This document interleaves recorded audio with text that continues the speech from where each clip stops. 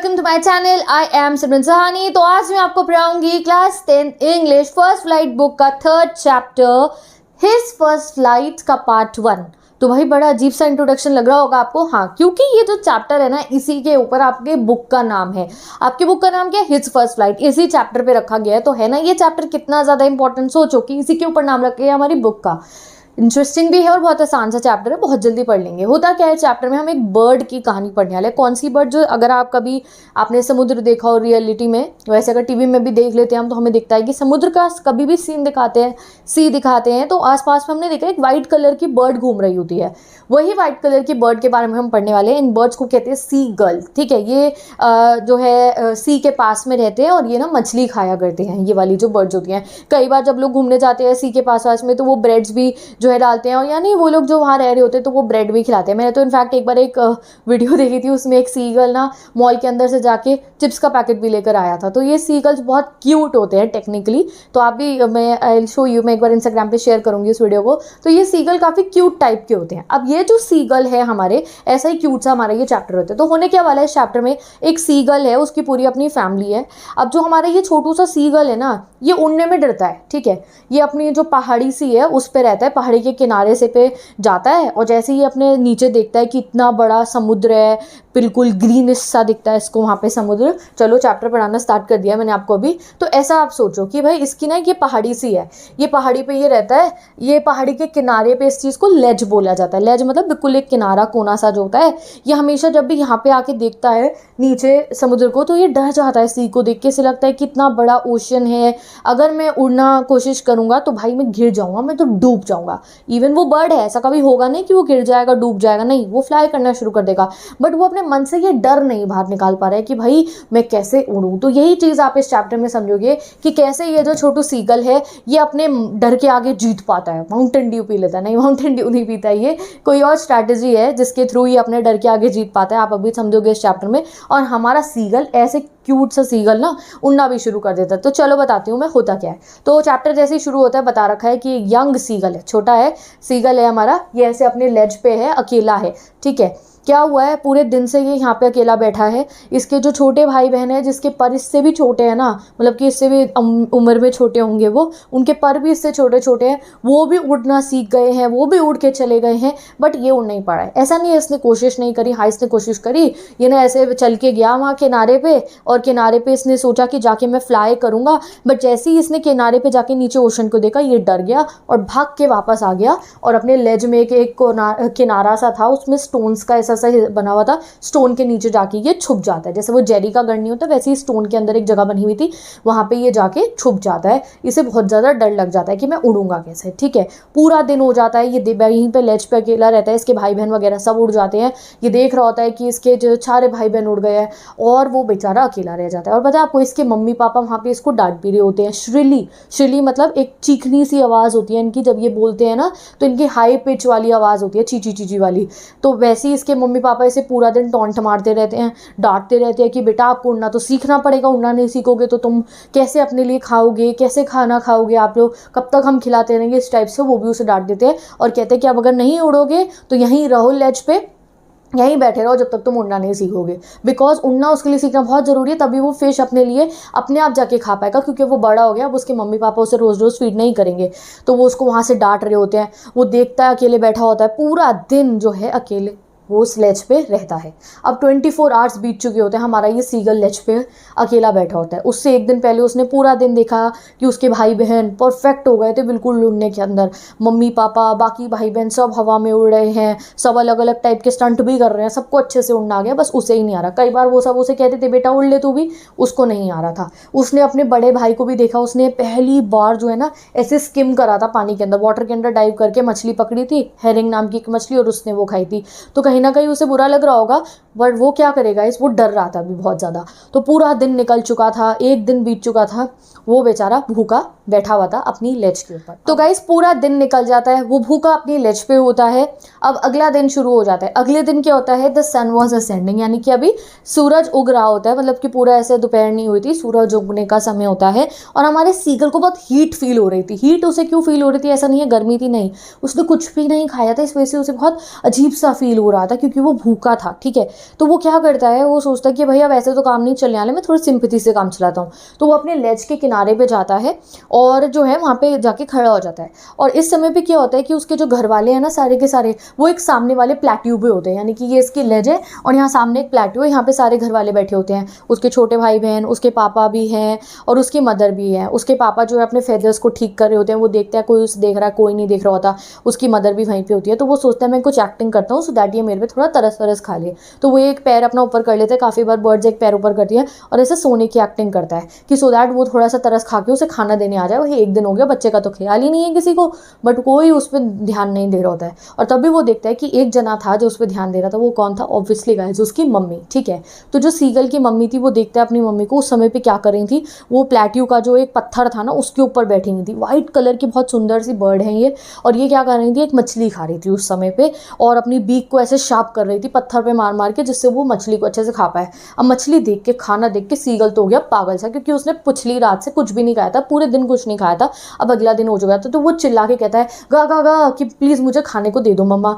अब मम्मी उधर से डांट लगा के कहती है कि नहीं मिलेगा, क्योंकि उन्होंने कहा भाई उड़ना सीख ले और आजा खा ले, भाई हम तो तुम्हें खिलाएंगे नहीं। बट वो बहुत प्लीज़ करता है अपनी मम्मी को, वो बहुत जोर की चिल्लाता है कि भाई मुझे खाना दो, मुझे खाना दो। तो इतने में ही वो देखता है कि उसकी मदर जो है सामने से में अपने जो है फिश लेकर उड़ के आती है उसकी तरफ। ठीक है, तो वो बड़ा खुश हो जाता है। क्या होता है एकदम से कि वो अपनी मदर को कहता है मुझे खाना दो, मुझे खाना दो। तो सामने से उसकी मदर बीक में फिश लेके उड़ के आती है उसके सामने। तो आप इमेजिन करो इस सिनेरियो को कि यहाँ लेज पे हो गया हमारा सीगल और यहाँ उसकी मदर अब उड़ के आ जाती है किनारे पे उसके लिए खाना लेके। वो बहुत खुश हो जाता है, अरे वाह मेरा तो ये वाला स्टंट काम कर गया, सिंपैथी वाला, मम्मी खाना लेके आ गई। He was very happy. But एकदम से क्या होता है, उसकी मम्मी एक स्ट्रैटेजी लगाती है। क्या स्ट्रैटेजी लगाती है, जब वो खाना लेकर आती हैं, जब वो फिश लेकर अपनी बीक में आती हैं, तो वो यहाँ बीच में आके रुक जाती हैं। वो बड़ा हैरान हो जाता है, उसकी मदर को बुलाता है, तो वो खाना लेके इधर प्लेट्यू से उसकी तरफ गाइस उड़ के आती है। बट यहाँ लेज पे आके नहीं रुकती, यहाँ मिड एयर में बीचम बीच हवा में रुक जाती है और उनकी बीक में फिश होती है, खाना होता है जिसको इसे खाना था। इसे बहुत भूख लग रही थी, तो ये बड़ा एक्साइटेड हो रहा होता है, ऐसे अपने ना पैर ऐसे टैप कर रहा था, छोटे बच्चे करते हैं ना कि अरे वाह मेरा खाना आ रहा है, मेरा खाना आ रहा है। बट ये देख रहा है कि इसकी मम्मी उड़ के इसकी तरफ आ रही है और एकदम से हैरान हो जाता है कि ये क्या हुआ, मम्मी तो रास्ते में बीच में हवा में रुक गई है, क्यों मुझे खाना देने के लिए नहीं आ रही है। तो ये मैडन्ड विद हंगर, इसे इतनी भूख लग रही थी कि इसको ध्यान नहीं रहता है कि इसे उड़ना नहीं आता है। ये भाग के यहाँ चोटी से जो है, ये लेज जो है यहाँ से पहाड़ी की चोटी से छलांग लगा लेता है। अब भाई जब इसने छलांग लगाई है तो मतलब कि ये वही चीज़ करने से डर रहा था अभी तक, वही तो बहुत ज़्यादा डरा था कि भाई मैं उड़ नहीं पाऊंगा। अब जैसे ये छलांग लगाता है तो वो देखता है अपने नीचे कि भाई ग्रीन कलर का ऐसा ओशन है और डर जाता है एकदम से, और उसे लगता है कि भाई अब तो मैं गया, अब तो मैं डूब रहा हूँ, अब तो मैं गिर जाऊंगा। बट ऐसा नहीं होता है, विद इन अ सेकेंड, क्योंकि ये बर्ड है, इसके विंग्स फ्लैप होते हैं, इसको हवा जो है बहुत तेज़ तेज़ हवा चल रही होती है, अपने विंग्स के नीचे अपनी जो बॉडी है उसके नीचे एहसास होता है, वो अपने विंग्स को हल्का हल्का वो फ्लैप करना शुरू करता है। ये नीचे की तरफ गिरता है, डरता है, बट नहीं, वो फ्लैप करना शुरू करता है और उड़ने लगता है। तो यहाँ पे हमारे सीगल की पहली फ्लाइट हो जाती है। उसे यकीन ही नहीं होता है खुद पे कि वो उड़ रहा है, तो वो यहाँ पे ऐसे उड़ने की कोशिश करता है एंड ही स्टार्टेड फ्लाइंग। वहाँ वो अपनी मदर को देखता है, तो मदर को, उसकी मदर बड़ी खुश हो जाती है और वो चिल्लाती है गा खोला, क्योंकि उनकी स्ट्रैटेजी काम आई। वो यहाँ पे बीच रास्ते में खाना लेके इसलिए रुक गए क्योंकि उन्हें पता था कि वो जो खाना एक लालच की तरह काम करेगा, एक मोटिवेशन की तरह काम करेगा यहाँ पे मेरे बच्चे के लिए, कि वो भाग के, वो छलांग लगाने में उसको डर लग रही थी तो उसने छलांग लगाई इन दैट मोमेंट, और वो छलांग लगाने के बाद वो उड़ गया, क्योंकि वो छलांग लगाने से ही डर रहा था, वरना वो लगाता तो भाई उसको तो ऊपर है उसके वो उड़ जाता। तो फिर वो उड़ने लगता है। इतने में ही उसके भाई बहन आ जाते हैं, सब बड़े खुश हो जाते हैं, उसके पापा भी आ जाते हैं, सब आसमान में उड़ने लगते हैं, पूरी फैमिली आसमान में उड़ना शुरू कर देती है कि उन्हें बड़ी खुशी हो रही थी कि छोटा वाला बच्चा भी जो है उसको भी जो है अब उड़ना आ गया है। ठीक है, तो वो सारे स्टंट करता है, इधर से घूमता है, उधर से घूमता है, वहाँ पे बढ़िया तरीके से वो घूमता है पूरा का पूरा हवा के अंदर। उसे फील होती है कि पहली फ्लाइट कैसी होती है, उसको उसका एहसास होता है। अब जो है इतनी देर तक जब वो उड़ लेता है तो उसके बाकी भाई बहन जो है, मम्मी पापा जो है, वो सी के फ्लोर पे जो है ना, यानी कि जो समुद्र का बिल्कुल समुद्र के ऊपर जाके बैठ जाते हैं और मछली खा रहे होते हैं वो वहाँ बैठ के। तो वो उसको चिल्ला चिल्ला के आवाज़ें लगा देते हैं कि तू भी आ जा, तू भी आ जा, तू भी यहाँ पे आके मछली खा ले। अब यहाँ पे हमारा सीगल थोड़ा थक भी गया था, क्योंकि वो पहली बार उड़ा था ना, तो थकान हो गई थी उसको, उस एक्सरसाइज टाइप की थी उसके लिए वो, कि पहली बारी में उड़ के उसे वो थोड़ा थक भी रहा था इस समय पे। और जब उसके पेरेंट्स उसे बुलाते हैं कि अब आप नीचे आओ, तो वो जब नीचे आता है थोड़ा सा, तो वो डर लगता है उसको। उसे लगता है कि अब मैं समुद्र में ज़रूर डूब जाऊँगा, क्योंकि उससे पहले कभी वो ऐसे समुद्र के ऊपर फ्लोट नहीं करा था उसने। तो वो डर डर के ऐसे समुद्र पे थोड़ा सा बैठने की कोशिश करता है। जब बैठ रहा होता है तो एकदम से घबरा जाता है, उसे लगता है वो डूबेगा, बट ऐसा नहीं होता, उसकी बॉडी फ्लोट करनी शुरू कर देती है और वो फाइनली खुश हो जाता है। फिर उसके पेरेंट्स, उसके भाई बहन उसको डॉग फिश के छोटे छोटे टुकड़े खिलाते हैं, क्योंकि पहले पूरे दिन से उस बेचारे ने कुछ नहीं खाया था। और फैमिली जो है सारी हैप्पी हो जाती है, और यहाँ पे चैप्टर की हैप्पी एंडिंग हो जाती है। कितना सिंपल सा चैप्टर है ये। तो यहाँ पे इस चैप्टर के जो है नोट्स गिवन है, बहुत ही आसान से हमारे स्टडी मटेरियल में से नोट्स है। तो हुआ क्या है, सिंपल, ये जो सीगल है उड़ने में डर रहा था, तो डर के आगे जीत इसने कैसे पाई, इसकी मदर ने क्या करा, आसमान के बीचम बीच में आके यहाँ रुक गई उड़ते हुए इस तरीके से, और वो खाना देख के इसने जो है जंप कर लिया, जिस जंप को करने से ये डर रहा था सडनली। और फिर जब ये आ जाता है भाई ओशन के बिल्कुल नीचे, इसके सामने ओशन है, तो ये जब परों को अपने फ्लैप करते हैं तो ऑब्वियसली उड़ने लगते हैं। यही सिंपल सा चैप्टर था। और नेक्स्ट टाइम भी वो डरता है जब समुद्र के ऊपर बैठना होता है, सी के ऊपर बैठना होता है, बट वो भी जो है जब वो बैठता है तो वो जो है क्या होता है, ही स्टार्टेड फ्लोटिंग। तो ये चैप्टर हमें एक मैसेज देता है कि गाइस इनिशियली हमें किसी भी चीज़ से डर लग सकता है, but if we will make efforts तो सब काम हमारे अच्छे से हो जाएंगे। बचपन में हमारे साथ भी ऐसे ही होता है ना, जो हम साइकिल चलाना सीख रहे होते हैं, डर लगता है, पहले 2 सपोर्टर पे चलाते हैं, फिर 1 सपोर्टर पे चलाते हैं, ठीक है, फिर एक दिन ऐसा होता है कि सारे दोनों ही हट जाते हैं और हम चलाने लगते हैं। तो शुरू शुरू में डर लगता है, ठीक है। इसी तरीके से एक बच्चा चलना भी सीखते हैं, ऐसे ही हमारे सीगल ने उड़ना सीख लिया है। तो विद दिस ये चैप्टर आपका कंप्लीट होता है। बहुत ही सिंपल सा चैप्टर था। अब मैं मिलूंगी आपसे नेक्स्ट वीडियो में। 10 इंग्लिश फर्स्ट फ्लाइट बुक का 3rd chapter, his first flight का 2nd part, the black aeroplane. भाई ये जो चैप्टर है ये मेरा पर्सनली फेवरेट चैप्टर है इस बुक का, और शायद पढ़ने के बाद आपका भी बन जाए। तो चैप्टर बहुत ही इंटरेस्टिंग है, ऐसा लगेगा कि कोई शॉर्ट सी 10 मिनट की कोई मूवी ही क्यों ना देख ली हो आपने। जैसे हम सीरीज़ देखते हैं जिसमें एडवेंचर होता है और स्टॉर्म होते हैं, काफ़ी सारी सीरीज देखते हैं ना, एरोप्लेन होता है और वहाँ पे वो एरोप्लेन दिखाया जा रहा होता है एक स्टॉर्म के अंदर, ऐसा सा कुछ सीन आपको इसमें दिखाई देगा। बहुत इंटरेस्टिंग चैप्टर है, तभी नाम है इसका एक ब्लैक एरोप्लेन। तो नाम ब्लैक एरोप्लेन क्यों है वो अभी समझ में आ जाएगा जैसे हम इस चैप्टर को पढ़ेंगे।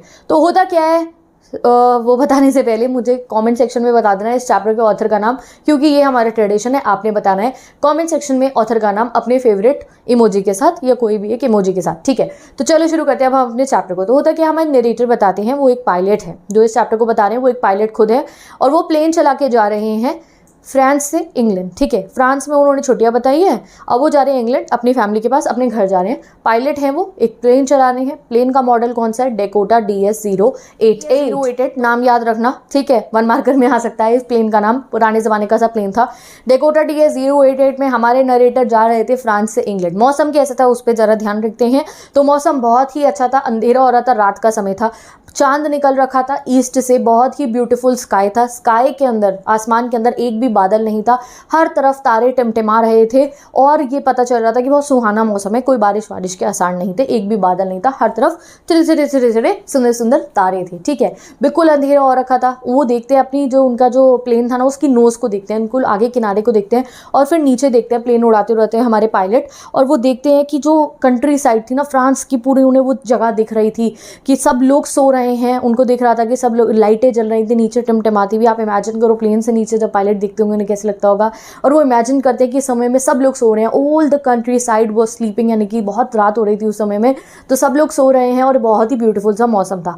हमारे नरेटर इस समय पे बहुत खुश थे, क्यों, क्योंकि एक तो वो इमेजिन कर रहे थे जो छुट्टियाँ उन्होंने बताई थी फ्रांस में, बहुत अच्छा टाइम बीता उनका फ्रांस में, तो वो बहुत खुश थे। और अब वो और भी ज़्यादा खुश थे क्योंकि गाइज वो सोचते हैं कि अब मैं अपने घर जाऊँगा, अपनी फैमिली से मिलूंगा और एक बढ़िया सा इंग्लिश ब्रेकफास्ट करूँगा, क्योंकि उनका घर जाके अपने घर का खाना खाने का बहुत ज़्यादा मन था, ठीक है।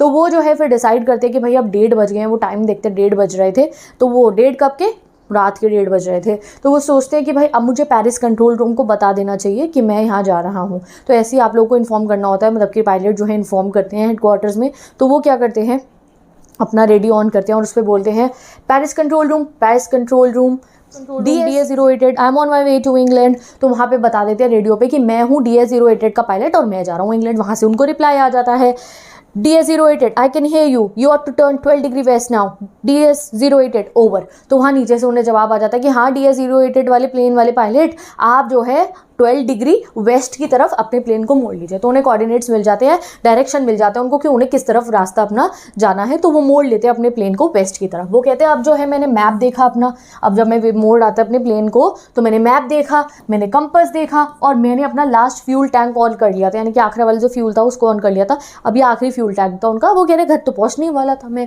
और मैंने 12 डिग्री वेस्ट की तरफ अपने घर की तरफ मोड़ लिया। मैं बहुत खुश था कि जल्दी से घर पहुँच जाऊँगा और घर जाके ब्रेकफास्ट करने वाला हूँ। अब इतने में ही वो ऐसे चल रहे होते हैं, प्लेन उड़ा रहे होते हैं। 150 किलोमीटर वो आगे चले जाते हैं। पेरिस उनसे 150 किलोमीटर पीछे था अब, और इतने में ही एकदम से बहुत बड़े बड़े तूफानी बादल उनके सामने आ जाते हैं। बड़े बड़े पहाड़ जितने बड़े बड़े बादल जो है, काले घने बादल उनके प्लेन के सामने आ जाते हैं। अब आप इमेजिन करो गाइस, हम तूफान के अंदर गाड़ी चलाने में डरते हैं, ये अंकल हमारे कहाँ हैं, प्लेन में बैठे हैं, बट इन्होंने पी है माउंटेन ड्यू। ये डर के आगे जीत वाला जो है सिनेरियो अभी करने वाले हैं कि उनको डर नहीं लगता है हम स्टॉर्म से भी, ठीक है। तो क्या होता है भाई, इतने तूफानी बादल, प्लेन है इनका पुराने ज़माने का, वैसे ही आपको बता चुके हैं, ओल्ड सा डब्बा सा प्लेन था इनका। तो ये सोचते हैं कि भाई मैं क्या करूं, वैसे भी इनका लास्ट फ्यूल टैंक था, सामने घने बादल, भाई जाएंगे अंदर तो कोई भी प्रॉब्लम हो सकती है। अगर स्टॉर्म के अंदर, मतलब तूफान है, तूफान के अंदर बादल लेके, बादलों के अंदर तूफान के अंदर आप अपना प्लेन लेके चले जाओ, ऐसा सिनेरियो था इनके सामने। तो वो सोचते क्या करूँ मैं, मेरे पे इतना फ्यूल तो है नहीं कि इसके ऊपर से चला जाऊँ स्टॉर्म के, या नीचे से चला जाऊँ, या नॉर्थ और साउथ कहीं किसी और डायरेक्शन से चलो, नहीं इतना फ्यूल तो है नहीं। अब पेरिस वापस मोड़ के ले जाना पड़ेगा प्लेन को, बट नहीं यार मन नहीं कर रहा पेरिस वापस जाने का, मुझे घर जाना है, मुझे जाके इंग्लिश ब्रेकफास्ट करना है, टेस्टी टेस्टी खाना खाना है मुझे घर जाके। तो आई टेक द रिस्क, डर के आगे जीत है। तो ये क्या कहते हैं, नहीं मैं तो रिस्क लूँगा, क्या हो गया तो तूफान ही तो, आई गो इनसाइड। तो ये अपना प्लेन लेके भाई साहब तूफान के अंदर चले जाते हैं। मैं साइकिल नहीं चलाऊंगी तूफान के अंदर, ये प्लेन लेके चले गए हैं। चलने में भी डर लगता है तूफान के अंदर, इतने घने तूफान के अंदर ये प्लेन लेके चले जाते हैं। और जैसे ये प्लेन लेके जाते हैं तो वो कहते हैं स्टॉर्म के अंदर जाकर सब बिल्कुल ब्लैक था। ये देखो इनकी फोटो ही एनसीईआरटी में विजुअल दे रखा है, वैसे एनसीईआरटी में तस्वीरें नहीं दी जाती हैं, बट ये इतना फेवरेट चैप्टर है मेरा, यहाँ पे दी गई है। ये जाते हैं प्लेन के अंदर, अब घबरा जाते हैं हमारे पायलट, बिल्कुल ब्लैक कलर का होता है आसमान सारा का सारा आसपास में, और तभी इनका कंपास डेड हो जाता है, ठीक है। इनका रेडियो भी डेड हो जाता है। कंपास की जो वो जो होती है ना, जो कंपास की नीडल होती है, वो गोल गोल गोल गोल घूमने लगती है, और एकदम से इनका प्लेन में टर्बुलेंस होने लगती है, बहुत जोर की जंप करने लगता है, प्लेन पूरा हिलने लगता है क्योंकि बहुत जोर की तूफान आ रहा था। तो ये रेडियो लेते हैं और पेरिस कंट्रोल रूम बोलते हैं। अब की बार कोई जवाब नहीं आता क्योंकि उनका रेडियो डेड हो चुका था, कंपास खराब हो चुका था, समझ में नहीं आ रहा होता है क्या करूँ, फ्यूल भी खत्म होने वाला है, पूरा प्लेन जो है उसमें टर्बुलेंस हो रहा था, गोल गोल गोल गोल कंपास चल रहा था, बीप बीप बीप इधर उधर से, सारे इक्विपमेंट्स खराब हो गए, सारे इंस्ट्रूमेंट्स डेड, जैसे वो मूवीज़ में दिखाते हैं ना। तो भाई पायलट बहुत ही ज़्यादा घबरा जाते हैं। इतने में ही क्या होता है, उस काले घने अंधेरे में इन्हें एक और प्लेन दिखाई देता है। एक प्लेन दिखता है, बिल्कुल ब्लैक कलर का होता है, काले रंग का प्लेन, और उसके ऊपर कोई भी लाइटें नहीं लगी होती हैं। और वो देखते हैं कि वो प्लेन के अंदर का जो पायलट होता है, हमारे पायलट को ऐसे करता है, हाय ऐसे हाय करता है, और वो उन्हें ऐसे करता है, मेरे पीछे पीछे लेकर आओ। जैसे हमें रास्ता नहीं पता होता तो कोई हमें बताता है ना, मेरे पीछे पीछे आप अपनी गाड़ी लेकर आ जाओ, तो वैसे ही उन्हें लगता है कि वो उन्हें रास्ता बताना चाह रहा है। तो वो जो है ब्लैक कलर के एरोप्लेन वाला पायलट, जो उसके प्लेन पे एक भी लाइट नहीं है, वो प्लेन के ना हमारे डेकोटा DS-088 के, हमारे ऑथर के प्लेन के आगे अपने प्लेन को ले जाता है। और ऑथर कहते हैं फिर मैंने एक छोटे बच्चे की तरह उसको फॉलो करना शुरू कर दिया, मैं उस प्लेन के पीछे पीछे अपना प्लेन चलाने लग गया, ठीक है। वो कह रहे आधा घंटा बीत चुका था, मैं उस प्लेन के पीछे पीछे अपना प्लेन चला रहा था। तो इतने में ही मैं देखता हूँ कि भाई मेरा जो फ्यूल टैंक है ना, वो अब ख़त्म होने वाला था। यानी कि वो बचाने उन्हें ब्लैक एरोप्लेन तो आ गया था, उसका पायलट आ गया था, बट उनका फ्यूल खत्म होने वाला था। अगर वो लैंड ना करते तो वो क्रैश हो जाता प्लेन, 10-15 मिनट तक का ही फ्यूल जाते हैं बहुत ज़्यादा कि अब क्या होगा अब क्या होगा। एंड सडनली वो देखते हैं कि काले घने बादल हट जाते हैं। जैसे उन्हें डर लगा ना कि भाई मेरे प्लेन में फ्यूल खत्म होने वाला है, तो वो एकदम से देखते हैं कि वो ब्लैक एरोप्लेन अभी था उनके सामने, और एकदम से बादल हट जाते हैं। बादल हटते हैं तो क्या होता है, नीचे देखते हैं वो ज़मीन की तरफ, तो 2 एयर स्ट्रिप्स होती हैं उनके सामने, जो हवाई पट्टी होती है ना जिसपे आप प्लेन को लैंड करा सकते हो, वैसे 2 रनवेज दिख रहे होते हैं उन्हें लाइट के, यानी कि वो वहाँ पे अपने प्लेन को लैंड वो बहुत खुश हो जाते हैं और वो अपने प्लेन को वहाँ पे लैंड करा देते हैं। जैसे वो प्लेन को लैंड कराते हैं, वो हवा में देखते हैं कि भाई वो ब्लैक एरोप्लेन वाला कहाँ गया, वो पायलट कहाँ गया, भाई मुझे उससे थैंक यू करना है। वो भी तो उन्हें लगता है कि उसने भी लैंड करा दिया होगा अपने प्लेन को, क्योंकि स्टॉर्म में वो भी था। तो वो दिखते हैं, कहते हैं अरे अभी तो दिख नहीं रहा, अच्छा चलो कहीं चला गया होगा, चलो हेडक्वार्टर में जाके पूछता हूँ। तो वहाँ पे जो है जहाँ पे उन्होंने प्लेन लैंड कराया था कंट्रोल रूम था, वो कंट्रोल रूम के अंदर जाते हैं, वहाँ पे एक लेडी बैठी होती है, उनसे पूछते हैं कि हुज द पायलट जिसने मेरी मदद करी थी वहाँ ऊपर स्टॉर्म में। तो वो कहती है अदर पायलट, सर नहीं है, यहाँ तो कोई भी नहीं था, मुझे तो रेडार में इतने तूफान में सिर्फ आपका ही प्लेन दिख रहा था और कोई प्लेन ही नहीं था।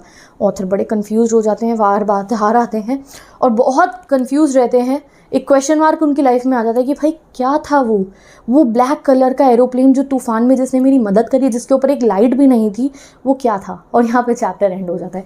तो आपको क्या लगता है गाइस, कौन होगा उस ब्लैक एरोप्लेन में? क्या था वो ब्लैक एरोप्लेन जिसने आके हमारे ऑथर की मदद करी? क्या वो भगवान जी थे, क्या वो गॉड थे, या फिर क्या वो नरेटर खुद ही थे, उन्होंने खुद से इमेजिन करा था, या फिर जो है खुद सोच सकते हो आप, कोई भी आप इसमें फिल इन द ब्लैंक कर सकते हो। मेरा तो यही मानना है कि गॉड उसकी मदद करने के लिए आए थे, क्योंकि जो है आप कह सकते हो कि हो सकता है हमारे पायलट बहुत अच्छे इंसान हो तो गॉड ने उनकी मदद की हो। ठीक है, तो विद दिस गाइज ये वाला चैप्टर कंप्लीट होता है। ये मेरा फेवरेट चैप्टर है इस एंटायर बुक का।